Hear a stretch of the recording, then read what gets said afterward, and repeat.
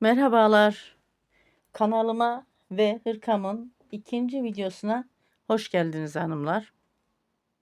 İlk videoda robayı anlattım. Kolları bitirdim.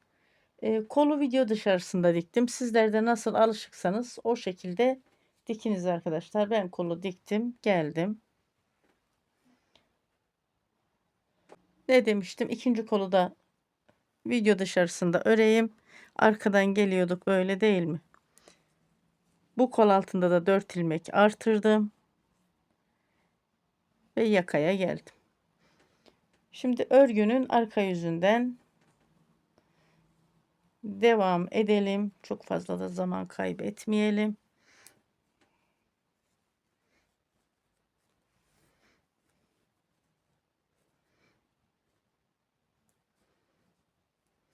Baştaki ilmeğimi örmeden aldım. Her zamanki gibi bir sıkılaştırdım. Örgünün arka yüzünden lastik ilmeklerimi tamamen örüyorum, biliyorsunuz, düz ve ters olarak.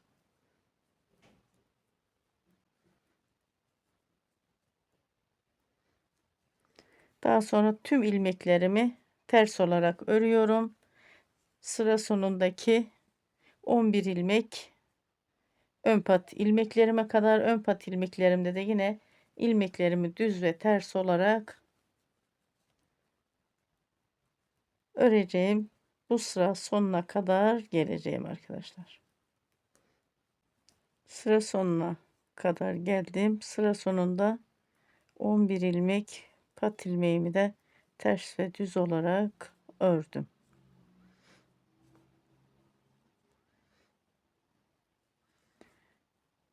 Hırkamın ön yüzünü döndürüyorum.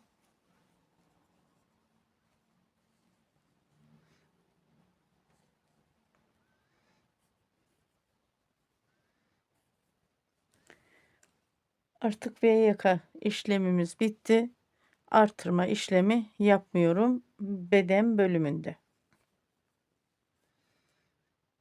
Baştaki ilmeğimi örmeden aldım. İlmeğimi şöyle, baştaki ilmeğimi sıkılaştırıyorum. İpimi öne alıyorum. Ters ilmeğimi ördüm. Hırkamın ön yüzünde biliyorsunuz düz ilmekleri lastikte örmüyorduk. Düz ilmeği örmeden diğer şişimi aldım. Ters ilmeğimi ördüm. Düz ilmeğimi örmedim. Ters ilmeğimi ördüm. Düz ilmeğimi örmedim. Ters ilmeğimi ördüm. Düz ilmeğimi örmedim. Ters ilmeğimi ördüm. Düz ilmeğimi örmedim. Bu düz ilmeğim de lastiğe ait. Düz ilmeklerle devam ediyor.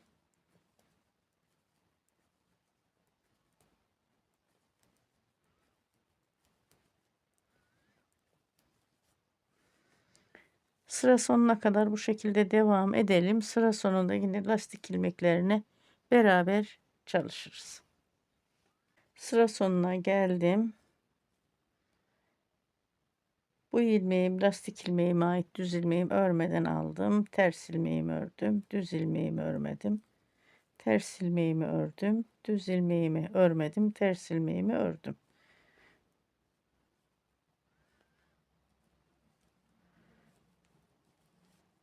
Lastik ilmeklerini beraber çalıştık. Şimdi örgümün arka yüzünü döndürüyorum. Örgümün arka yüzünden baştaki ilmeğimi örmeden aldım. Baştaki ilmeğimi hep bir sıkılaştırıyorum. Şu kenar ilmeklerim düzgün olabilsin diye. Düz ilmeğimi düz örüyorum. Ters ilmeğimi ters örüyorum.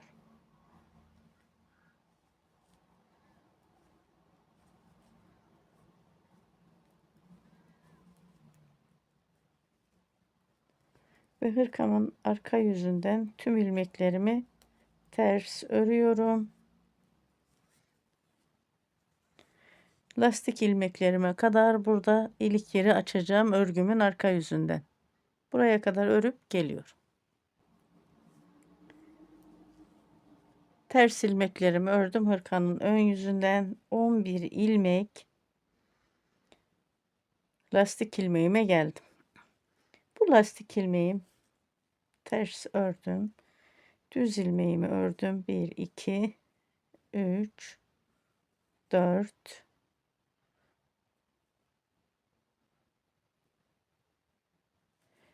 5 ilmek ördüm. Burada 2, 4, 6 ilmeğim kaldı.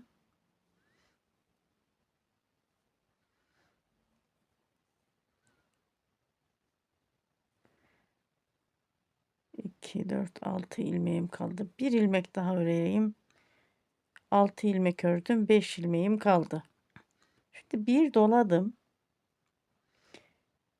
2 ilmeğin içerisinden bir ilmek alacağım için bu ters ilmeğim, bu düz ilmeğim. Düz ilmeğime denk geliyor. Şöyle düz olarak ördüm. Ters ilmeğimi ördüm. Düz ilmeğimi ördüm. Sıra sonundaki ilmeğimi de ördüm ters. Örgümün ön yüzünü döndürdüm.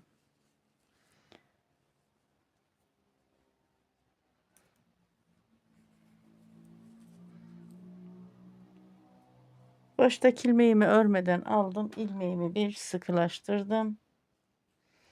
İpimi öne aldım. Ters ilmeğimi ördüm. Düz ilmeğimi örmedim. Ters ilmeğimi ördüm. Yalnız burada ilik açacağım yere geldiği için şöyle düz ilmeğimi de ördüm. Şu ilmeği takip ediyoruz ya, bunu örmek zorunda kaldım. Bakın. Ters ilmeğimi ördüm. Buradaki düz ilmeğimi örmeden aldım.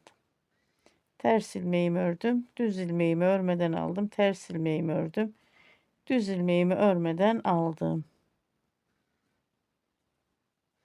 İlik yerimi açtım. Ajura denk geldiği için onu mecburen ördüm arkadaşlar.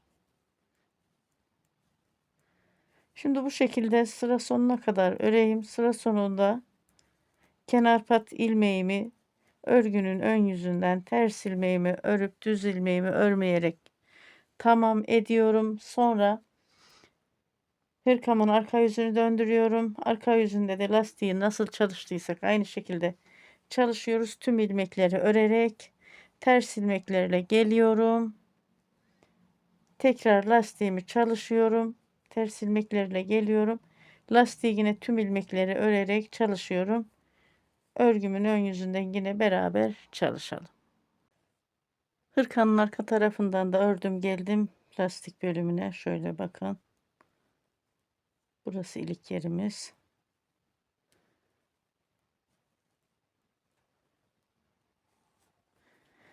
Ve hırkamın ön yüzünü döndürdüm. Şimdi size bir püf noktasını daha anlatmaya çalışacağım örgüde arkadaşlar. Yakamız bu şekilde değil mi? Lastiğimiz örgünün ön yüzünden düz ilmekleri örmüyoruz. Arka yüzünden her iki ilmeği de örüyoruz. Hırkamın belirli bir ölçüye gelene kadar düz ilmeklerle hırkaya devam ediyorum. Düz ilmekler örgüyü hani toplamaz, normal. Ama bu lastik önde giderken örgüyü toplar. Bunun için ne yapmamız gerekiyor? Bunun için yapmamız gereken kısa satır tekniği dediğimiz, tıpkı yaka düşürmedeki gibi. Bu yakada değil ama farklı yeleklerde biliyorsunuz yaka düşürme tekniği yaptım. Beni takip eden hanımlar gayet iyi bilir. Şöyle çalışacağız şimdi arkadaşlar, bakın. Baştaki ilmeğimi örmeden aldım. İlmeğimi sıkılaştırdım. İpimi öne aldım. Yandaki ilmeğimi de şöyle biraz sıkalıyorum.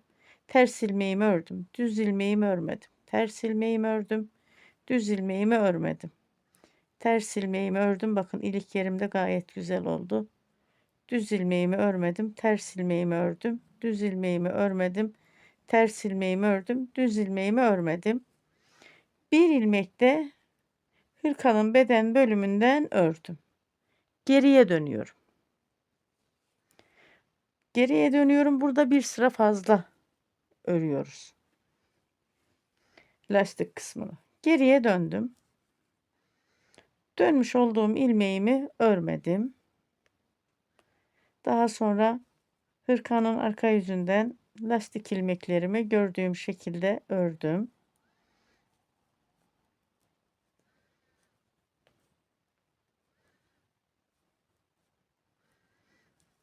ve ön yüzünü döndürüyorum. Bakın bu teknik gerçekten çok önemli. Bu tekniği anlatan bir kanalda görmedim ben. Ben bu tekniği annemden öğrendim. Ablamdan, annemden öğrendiğim gibi aynı şekilde anlatıyorum. Hırkamın ön yüzünden devam ediyorum. Baştaki ilmeği örmeden aldım. İlmeğimi sıkılaştırdım. Ters ilmeğimi ördüm. Düz ilmeğimi örmedim. Bu şekilde lastik ilmeklerimi tamam edeyim. Lastik ilmeklerimi ördüm. Sadece şu ilmeğim döndü örmeden aldığım için bunun yönünü düzeltiyorum ve düz ilmeklerle bakın devam ediyorum.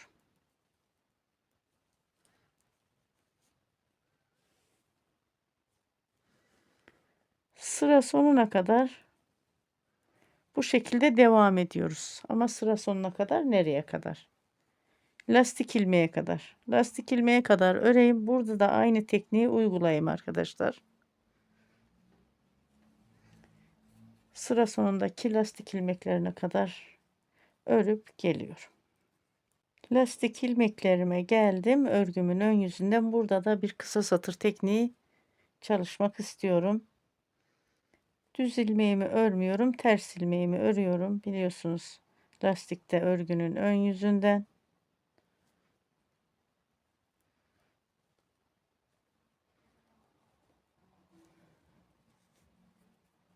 Ve evet hırkamın arka yüzünü döndürdüm.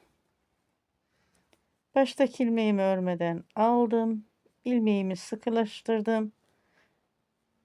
Hırkamın arka yüzünden lastik ilmeklerimi gördüğüm şekilde ördüm. Bakın. Bir ilmekte beden ilmeğinden ördüm ve örgümün ön yüzünü döndürdüm. Bu ilmeğimi örmeden aldım. Dönmüş olduğum ilmeğimi örgümün ön yüzünden düz ilmeklerimi örmeden alıyorum. Ters ilmeklerimi lastikte örüyorum biliyorsunuz.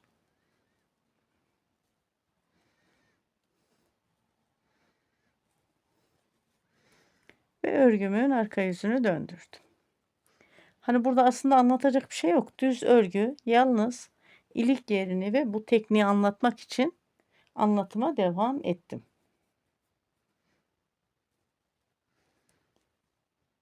Örgümün arka yüzünden lastik ilmeklerimi gördüğüm şekilde örüyorum.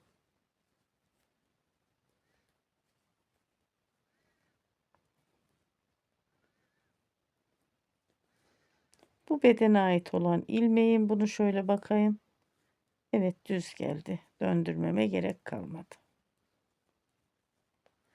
Sıra sonuna kadar örgümü ilerletip geliyorum. Sıra sonuna geldim.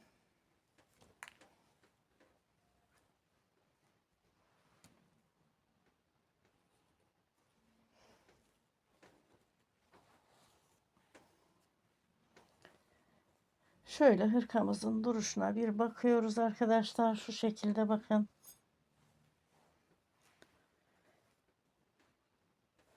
İlik yerini açtım. Şöyle.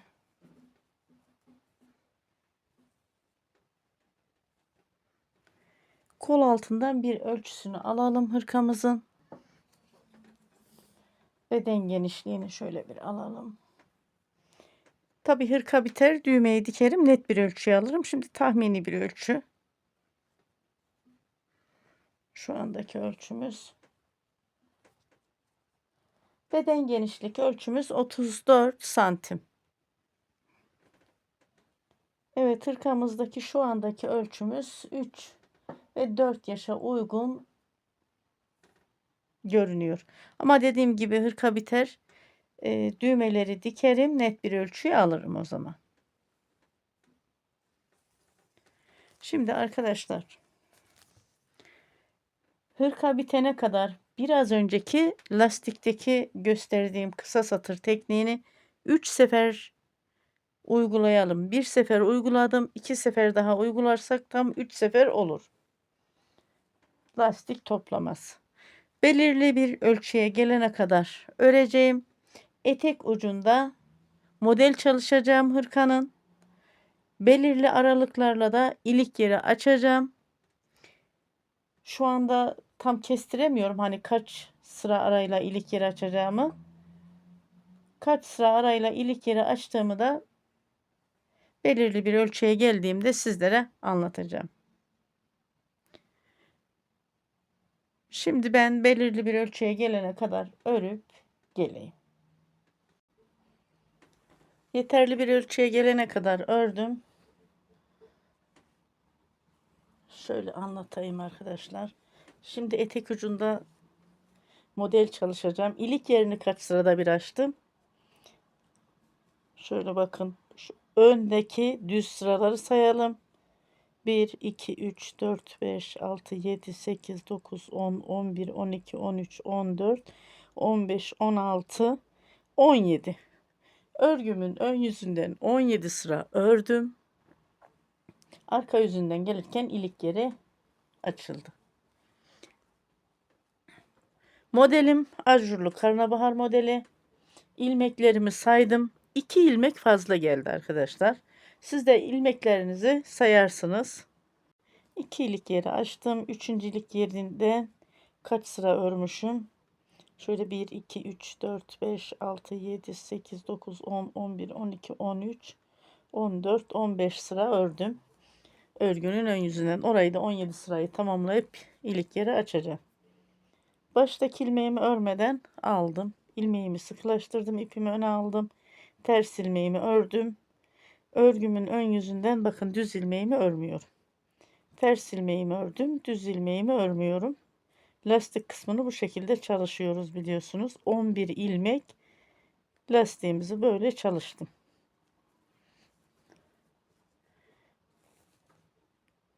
Örgünün ön yüzünden şu bir ilmek düz ilmeğimi örmeden aldığım için burada bir ilmek düz ördüm. Modele başlıyoruz şimdi. Kenarda ön pat ilmeğimin kenarında yarım model gidecek arkadaşlar. Şöyle 2 ilmeğin içerisinden bir ilmek aldım. Düz olarak tekrar 2 ilmeğin içerisinden bir ilmek aldım. 2 oldu. Tekrar 2 ilmeğin içerisinden bir ilmek aldım. 3 oldu.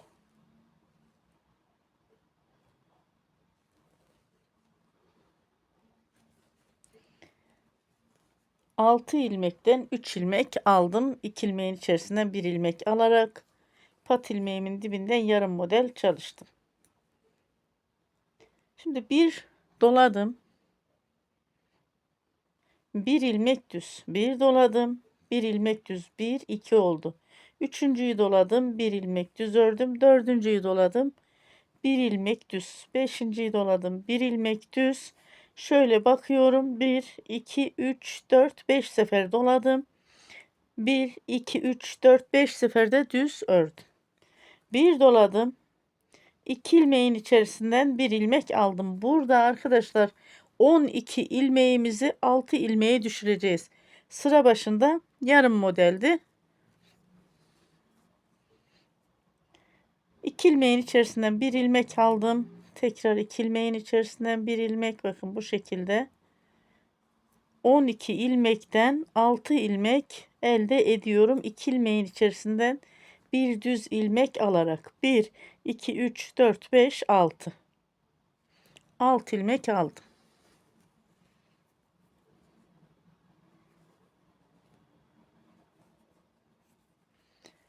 Bir doladım. Bir ilmek düz. İkinciyi doladım şişime. 2 ilmek düz. Yani ikinci ilmeğim düz.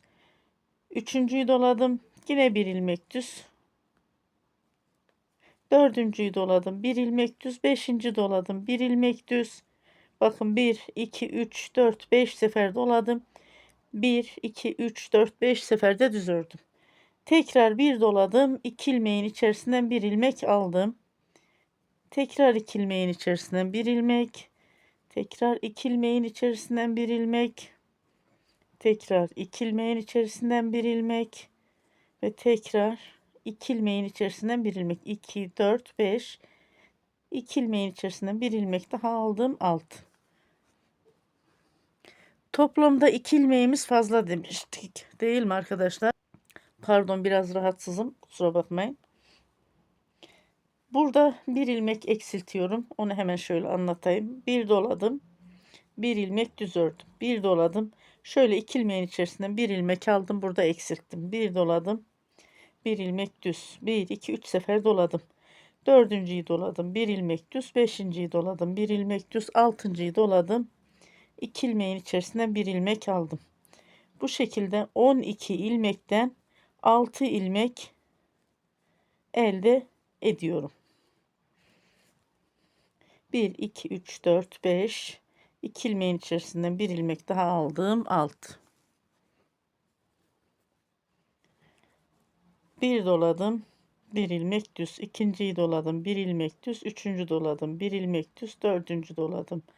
Bir ilmek düz. Beşinciyi doladım. Bir ilmek düz. Altıncıyı doladım. 2 ilmeğin içerisinden bir ilmek aldım. Sıra sonuna kadar bu şekilde devam ediyorum. Bakın burada bir ilmek eksiltmiştim. Hırkamızın yine şöyle kol altında bir yerde bir ilmek daha eksiltiyorum. Sıra sonundaki yarım modele kadar. Yarım modele kadar çalışıp geliyorum. Son modele geldim. Sıra sonunda burada bakın 2, 4, 6, 8, 10. 11 ilmek ön pat ilmeğim. Bir ilmek de dibinden düz bir ilmek götürüyorum. Burada kaldı 6 ilmeğim. Sıra başında da yarım model çalıştık. Sıra sonunda da yarım model çalışıyorum. Burada da 1, 2, 3, 4, 5 ilmek düz ördüm. 1, 2, 3, 4, 5 artırdım. Bir doladım. Yine artırdım. 2 ilmeğin içerisinden bir ilmek aldım. Tekrar 2 ilmeğin içerisinden bir ilmek. Tekrar 2 ilmeğin içerisinden bir düz ilmek bakın aldım. Bir düz ilmeğimi ördüm. Bu düz ilmeğim lastiğe ait, örmeden aldım. Ters ilmeğimi ördüm. Düz ilmeğimi örmeden aldım. Ters ilmeğimi ördüm. Düz ilmeğimi örmeden aldım. Bu şekilde sıra sonuna geldim.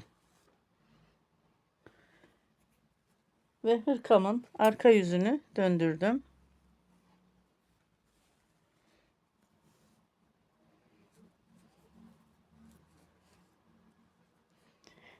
Baştaki ilmeğimi örmeden aldım. Arka yüzünden hırkamın lastik ilmeklerimi gördüğüm şekilde tersi ters, düzü düz örüyorum.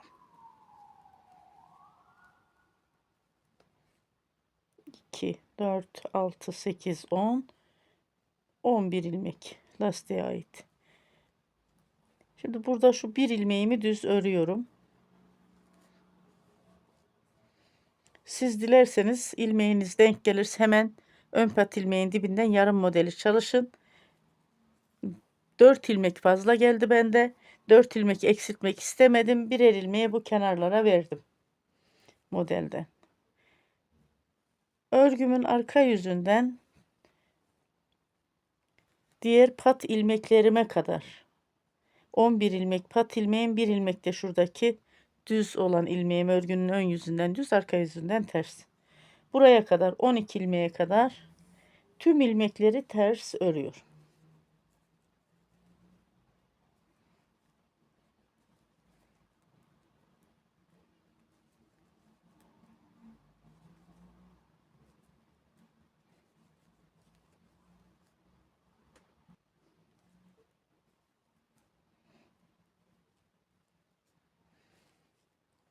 Lastik ilmeklerimi ördüm.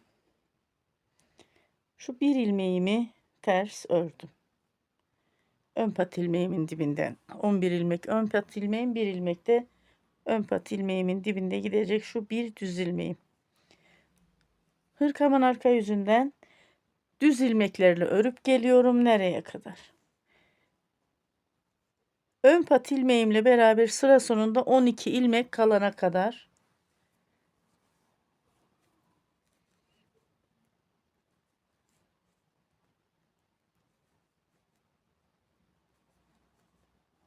örgümün arka yüzünden düz ilmeklerle bakın devam ediyorum.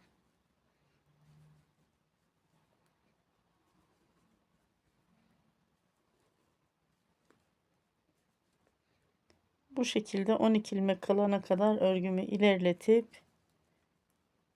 geliyorum.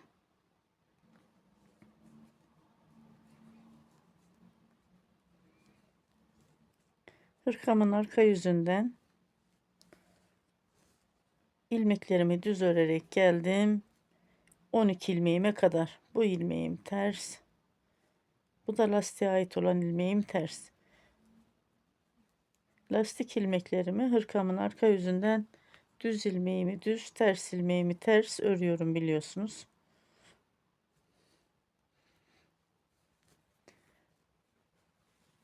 Şimdi ön yüzünü döndürdüm hırkamın.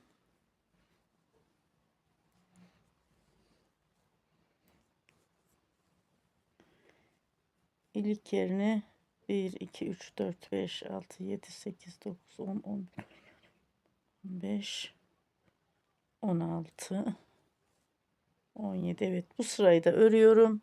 Sonra arka yüzünden gelirken ilik yerini açıyorum.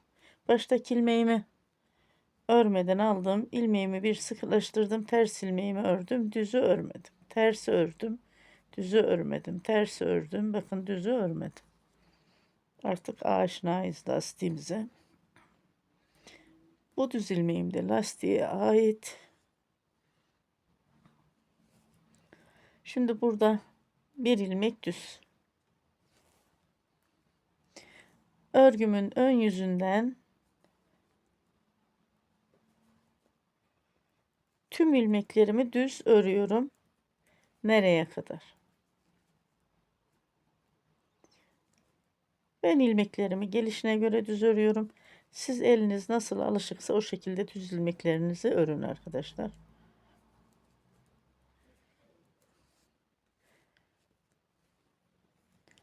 Diğer yakadaki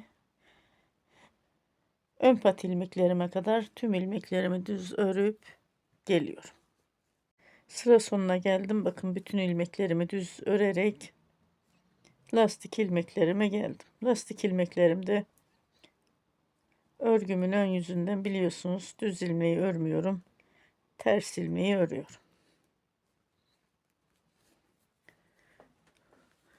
Şimdi hırkamın arka yüzünü çevirdim. Baştaki ilmeğimi örmeden aldım. İlmeğimi bir sıkılaştırdım. Arka yüzünden lastik ilmeklerimin tamamını örüyorum. Ters ve düz olarak. 11 ilmek ön pat lastik ilmeğimi ördüm. Şu bir ilmek düz ilmeğimi de ördüm. Örgümün ön yüzünden düz, arka yüzünden ters. Bak bunu biliyorsunuz. Arkadan ters ördüm. Şimdi diğer pat ilmeklerime kadar, yani diğer yakaya kadar ters ilmeklerle örgümü ilerletiyorum. Ve pat ilmeklerime geliyorum. Burada yine ilik yeri açacağız. Üçüncü ilik yerimi açacağım. Hırkamın arka yüzünden ters ilmeklerle ördüm. Ön pat ilmeğime geldim. Üçüncü ilik yerimizi açıyoruz. Bu ilmeğim ters. Örgümün ön yüzünden düz. Bu lastik ilmeğime ait bir ilmek ters. İkinci ilmeğim düz. Üçüncü ilmeğim ters. Dördüncü ilmeğim düz. Beşinci ilmeğim ters. Altıncı ilmeğim düz. Bir doladım. Bakın şurada şöyle ters ve düz ilmeğim var. Düz ilmeğime denk geldiği için iki ilmeğin içerisinden bir düz ilmek aldım. Ters ilmeğimi ördüm. Düz ilmeğimi ördüm. Kenara ters ilmeğim geldi. Ters ilmeğimi ördüm. Ve hırkamın ön yüzünü döndürdüm. Baştaki ilmeğimi örmeden aldım. İlmeğimi sıkılaştırdım. İpimi öne aldım.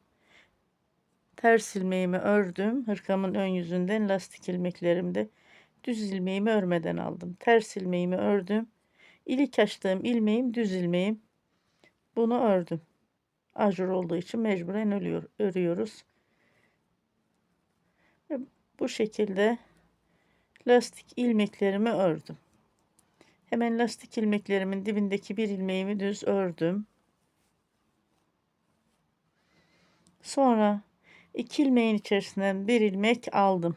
İlk modelde bak, ilk sırada nasıl çalıştıysak ikinci sırada ikinci modelin ilk sırasında da aynı çalışıyoruz. Biraz rahatsızım, kusura bakmayın. Kelimeleri telaffuz etmekte zorlanıyorum. Tekrar 2 ilmeğin içerisinden bir ilmek ve tekrar 2 ilmeğin içerisinden bir ilmek. Burada bakın 6 ilmeğin içerisinden 3 ilmek aldım. 2 ilmeğin içerisinden bir, 2 ilmeğin içerisinden bir, 2 ilmeğin içerisinden bir ilmek olmak üzere. Bir doluyorum. Bir ilmek düz. İkinciyi doladım. Bir ilmek düz. Üçüncü doladım. Bir ilmek düz. Dördüncü doladım. Bir ilmek düz. Beşinciyi doladım. Bir ilmek düz. Altıncıyı doladım. 2 ilmeğin içerisinden bir ilmek aldım. Burada 12 ilmekten 6 ilmek alıyorum. Bu 1, 2, 3, 4, 5, 6. Bu hırkadan önce sarı bir askılı elbise örmüştüm. Modele de oradan aşinayız, zorlanmayız arkadaşlar. Sonra bir doladım. Bir ilmek düz, ikinciyi doladım. Bir ilmek düz, üçüncü doladım. Bir ilmek düz, dördüncüyü doladım. Bir ilmek düz, beşinci doladım. Bir ilmek düz, altıncıyı doladım. 2 ilmeğin içerisinden bir ilmek aldım. Tekrar 2 ilmeğin içerisinden bir ilmek, bu şekilde 12 ilmekten 6 ilmek elde ediyorum.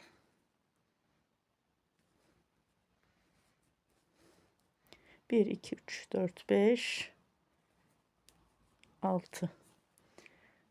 Sıra sonuna kadar bu şekilde ilerliyorum. Sıra sonuna geldim. Hırkamın arka yüzünü döndürdüm. Şöyle artık modelimiz kendini belli ediyor.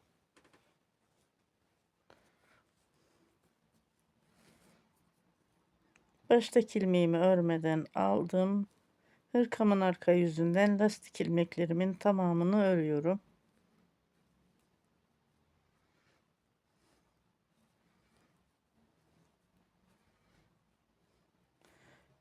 On bir ilmek ön pat ilmeğimi ördüm. Bir ilmek de ters ilmeğimi ördüm.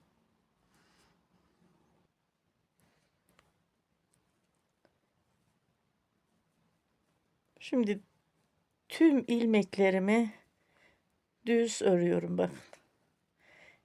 İlk modelin ikinci sırasında örgümün arka yüzünden bütün ilmekleri düz örmüştüm ya.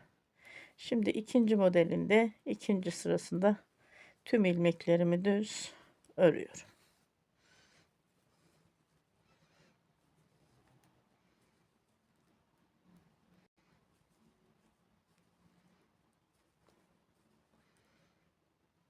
İlmeklerimi düz örüyorum. Sıra sonunda da yine ön pat ilmeklerimi lastik örüyorum. Ön pat ilmeğimin dibindeki bir ilmeğim ters. Sıramı tamamlayıp geliyorum. Sıra sonuna geldim ve hırkamın ön yüzünü döndürdüm.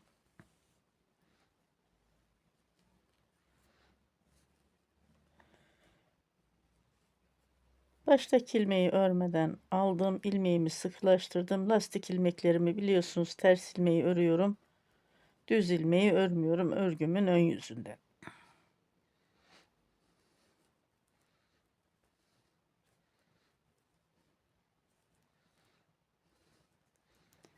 Lastik ilmeklerimi ördüm. Bir ilmekte düz ilmeğimi ördüm. Hırkamın model bölümünü tamamen düz ilmeklerle devam ediyorum. Sıra sonundaki ön pat ilmeğimin dibinde bir ilmek kalana kadar ve o bir ilmeğimi de düz örüyorum gördüğünüz gibi. Sonra ön pat ilmeklerimi örüyorum. Tekrar örgünün arka yüzünü döndürüyorum. Örgünün arka yüzünden lastik ilmeklerimi tamamen örüyorum. Ters ilmeklerimi örüyorum. Sıramı tamamlayıp geliyorum. Ön yüzünden ve arka yüzünden örgümün. Hırkamın ön yüzünden ördüm. Arka yüzünden de ördüm. Geldim. İki modeli tamamladım. Şimdi dilerseniz şöyle hırkamın duruşuna bir bakalım.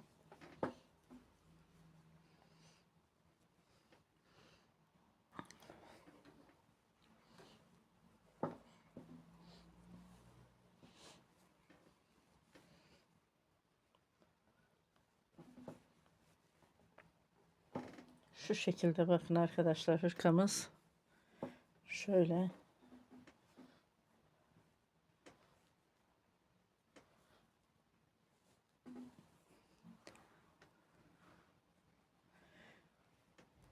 Hırkanın ilk videosunda şu yakada bir kısa satır tekniği anlatmıştım. Hırka bitene kadar bunu 3 sefer tekrar edelim demiştim. Ben bir sefer daha tekrar ettim. 2 sefer oldu. Bitene kadar bir sefer daha tekrar edeceğim. Şöyle bakın, şu şekilde.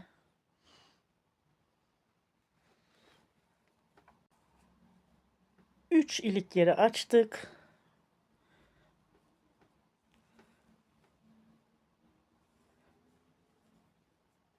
Evet, üçüncülük yerimiz burada.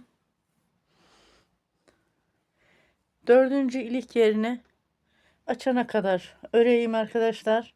Ben dördüncü ilik yerinde açıp geliyorum. Tabi bu arada da modelimize devam ediyoruz. Hırkamı yeterli bir ölçüye gelene kadar ördüm.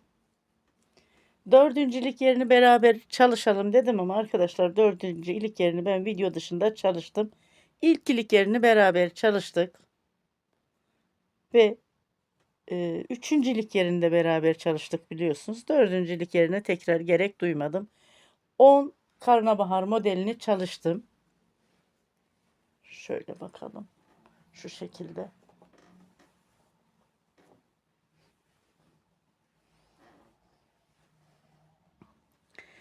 Şimdi hırkamızı kapatalım, ilmekleri. Etek ucuna lastik yapmaya gerek duymadım. Karnabahar modeliyle kapatırsak daha şık durur hırkamız arkadaşlar. Sizler dilerseniz, karnabahar modelini çalışmak istemezseniz böyle düz olarak da hırkamızı çalışabilirsiniz. Dediğim gibi ben 10 adet karnabahar çalıştım etek ucuna model olarak. 2, 4, 6, 8, 10. Son modelden sonra şimdi ilmeklerimizi kapatalım. İlmeklerimizi bildiğimiz klasik ilmek kapama tekniğiyle, bakın 2 ilmeğin içerisinden bir ilmek alıyorum. Tekrar 2 ilmeğin içerisinden bir ilmek.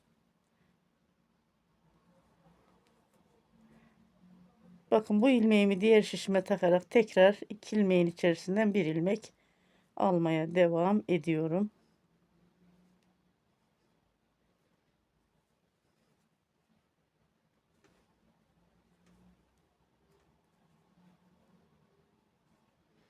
Şiş ile kapatmakta zorlanırsanız tığ ile de kapatabilirsiniz. O tekniği de hemen size göstereyim. Farklı bir teknik yok. Sadece şiş yerine tığ ile kapatacağız. Bakın, bu şekilde kapatıyoruz. Şöyle elime bir uygun tığ alıyorum. Bakın, şu şekilde tığ ile daha bir pratik ve çabuk kapatabilirsiniz. Yalnız çok sıkmayalım örgümüzü ilmekleri kapatırken. Ne çok sıkalım ne de çok gevşek tutalım arkadaşlar. Sıra sonuna kadar ilmeklerimi kapatıp geliyorum. İlmeklerimi kapattım. Düğmelerimi diktim, geldim. Yaka detayı çalışacağız. Yakada fırfır çalışacağız. Bunu nereden? Şöyle işaretliyorum. Modele başlıyoruz ya. Hırkamızın şu etek ucundaki karnabahar modeline. Bunu başladığımız noktadan buradan işaretliyorum. Diğer tarafta yine burada. Şimdi düğmelerimi açayım. Tabii çalışabilmek için düğmemizin açılması gerekiyor. Şöyle bir döndürüyorum hırkamızı. Nereden çalışıyoruz bunu? İpimi elime aldım. Ön pat lastik ilmeğimizin haroşa, şu ilmek haroşa ya, düz ilmeğinden başlıyorum. Şöyle bir tığ yardımıyla bu kanattan değil de şu ön kanatından, bak, tek kanattan ilmek alıyorum. Bunu niye ön kanattan alıyorum? Bakın, şöyle arka tarafa doğru geldiğimiz zaman şurada ilmek takıyoruz. Bu arka kanattan alırsak şuraya geldiğimiz zaman tıkanırız. İlmek buraya kayar. Bunun için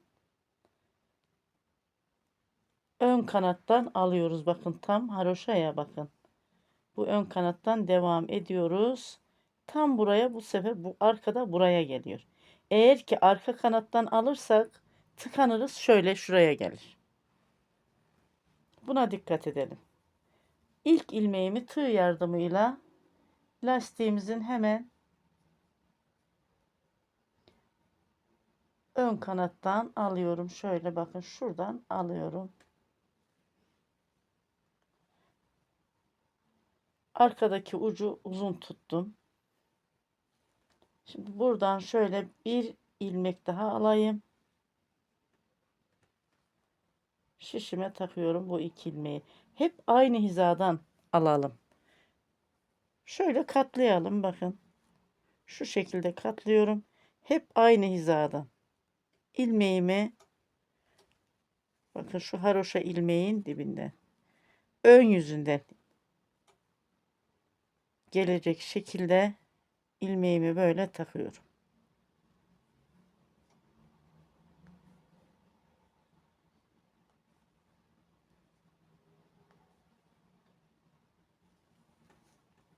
O çizgiyi şaşırmayalım arkadaşlar. Hizamız hep aynı olsun.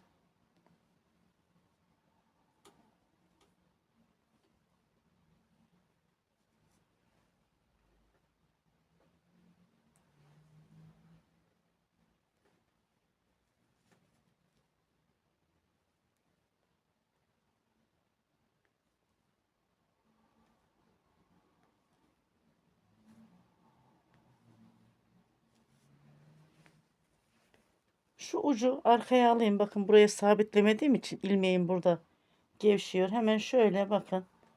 Tığı taktım. Arkaya aldım. Burada bir sefer bir sabitliyorum. Daha sonra temiz işini yaparım. İlmeğim gevşememesi için. Bu ilmekleri nereye kadar takıyoruz? Bak takıyorum. Şöyle geliyorum. Enseden böyle arkadan takıyorum. Turuncu ayraca kadar. Şu işareti artık alalım burayı. Turuncu ayraca kadar ilmeklerimi alıp geliyorum. İlmeklerimi taktım, geldim şöyle. Bakın turuncu ayraca kadar burayı işaretlemiştim ya. Buraya kadar geldim. Ayracımı alayım. Burada bir ilmek daha takıyorum. Şöyle örgümü döndürüyorum. Burası fırfırımızın arka yüzü. Arka yüzünden ters ilmeklerle devam ediyorum.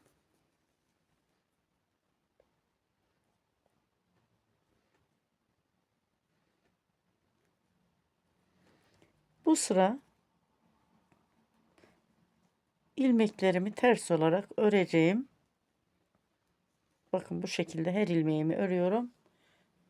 Hırkamın şu diğer yakaya kadar, böyle arka enseden de, bakın buradan da taktım ilmeklerimi.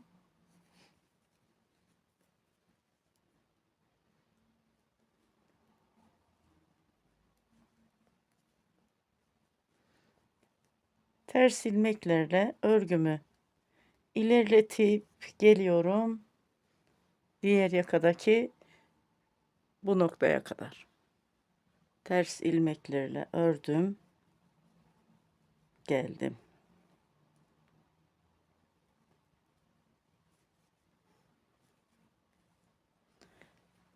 Şöyle örgümün ön yüzünü döndürüyorum. Bakın burası fırfırın arka yüzü, şu şekilde. Şöyle olacak fırfır, burası ön yüzü.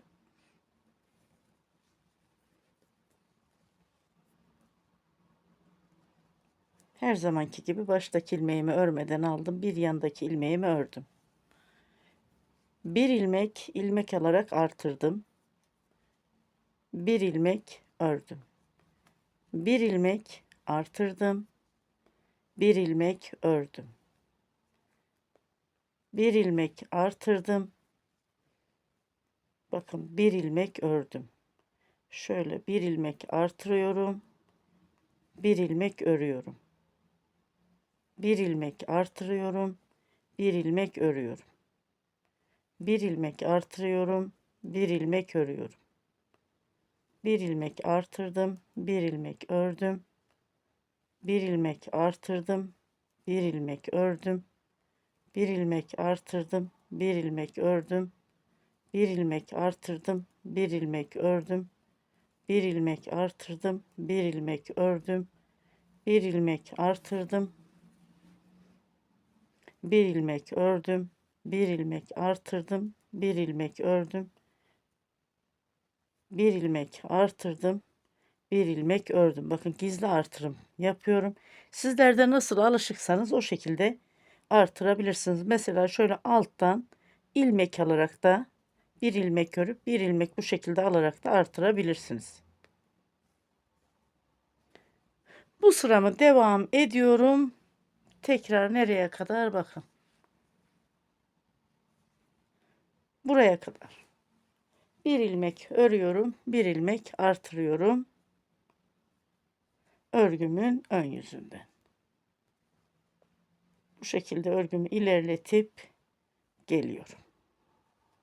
Bir ilmek örüp bir ilmek alarak bakın sıra sonuna geldim. Burada yine devam ediyorum. Bir ilmek aldım, bir ilmek ördüm. Bir ilmek aldım, bir ilmek ördüm. Bir ilmek aldım, bir ilmek ördüm. Bu şekilde artırıyoruz. Bir ilmek aldım, bir ilmek ördüm.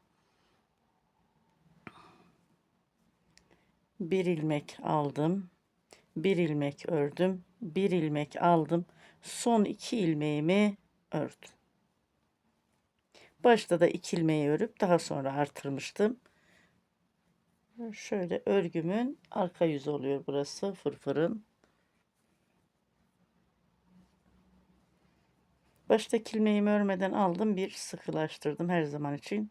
Örgümün kenarı düzgün dursun diye. Bakın şu artırmış olduğum ilmeğim ters, normal ilmeğim ters, artırmış olduğum ilmeğim ters.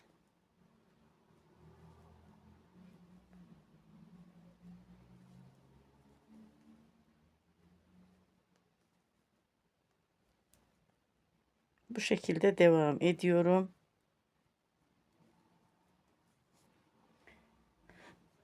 Sıra sonuna kadar bakın buraya kadar ters ilmeklerimi örmeye devam ediyorum. Hem artırmış olduğum ilmeğim hem de normal ilmeğim. Örgümün ön yüzünden de bu şekilde duruyor örgüm. Ters ilmeklerle ördüm, geldim sıra sonuna.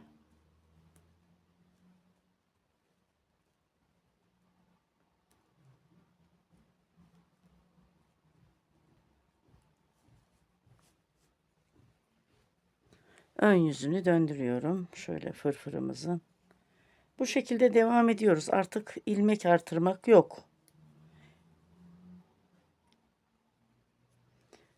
Şöyle 1, 2, 3, 4 sıra olmuş. 10 sıraya tamam edip geliyorum. Fırfırımızı örgünün ön yüzünden düz, arka yüzünden ters olarak. 10 sıra öreyim dedim ama fırfırda arkadaşlar 12 sırayı tamamladım. Baktım 10 sıra biraz ince göründü gözüme. Tam 12 sırayı tamamladım. Şimdi ilmeklerimizi kapatalım. Şöyle tığ ile kapatalım dilerseniz daha kolay oluyor. Ve daha pratik oluyor. 2 ilmeğin içerisinden bir ilmek aldım. Bakın bu ilmeğimi aldım. Bir ilmek. Bu şekilde. Şişten ilmeğimi aldım. Bir ilmekte tığ da var. Klasik bildiğimiz ilmek kapama tekniğiyle ilmeğimizi kapatıyoruz.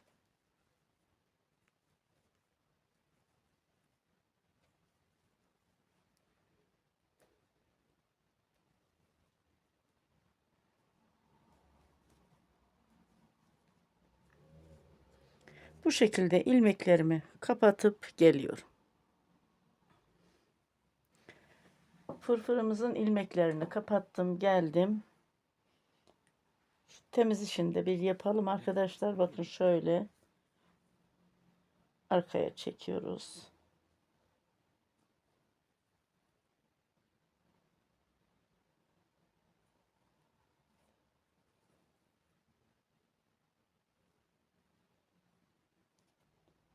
Sabitledim bir sefer.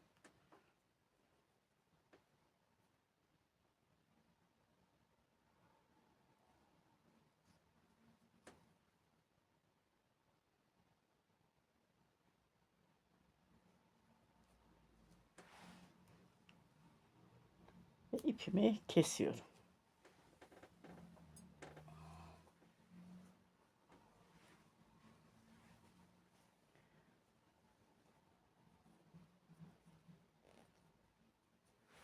Düğmelerimi de vurayım arkadaşlar. Harika bir hırka oldu. 3 ipimiz vardı. İlk videoda görselde göstermiştim. Elimizde 3 ipimiz var diye.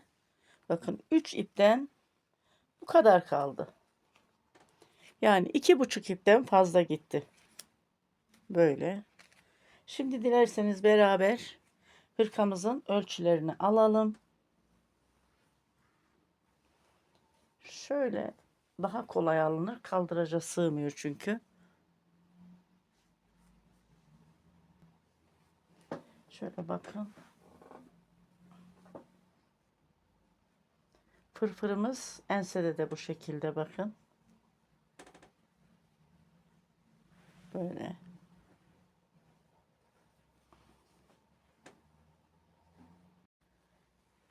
Beden genişlik ve boy ölçüsünü alalım. Hırkamızın şöyle bakın arkadaşlar. Dilerseniz kol altından alayım şöyle. 33 santim. Hemen buradan da alalım. 33 santim. 33 santim hırkamızın beden genişliği. Boyu da alıyoruz.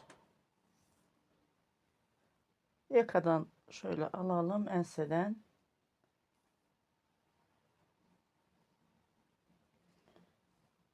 Modelden dolayı biraz hani burada farklılık gördüğünüz gibi şöyle bütün olarak alalım. 44 santimde boyu. Yeleğim 4 yaş için uygun. 3 ve 4 yaş için dedim. Şöyle kol altından alalım. Bir de ölçüsünü arkadaşlar bakın. Kol altından etek ucu ölçümüz. Mezrumuzu şöyle döndürelim. 30 santim. Kol boyunu da kol altından alalım. Şöyle bir bakın. Şu şekilde.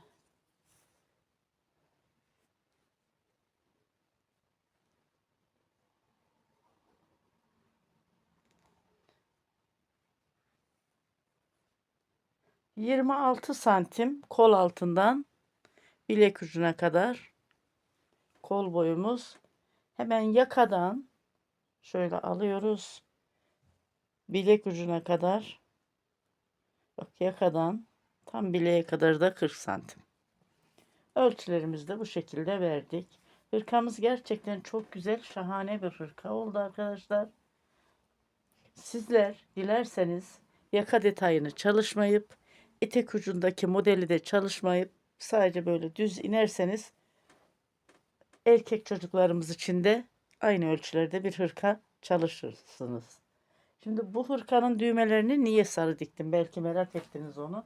Hemen onu da sizlere şöyle göstereyim. Bu hırkamın ilk videosunda ne demiştim?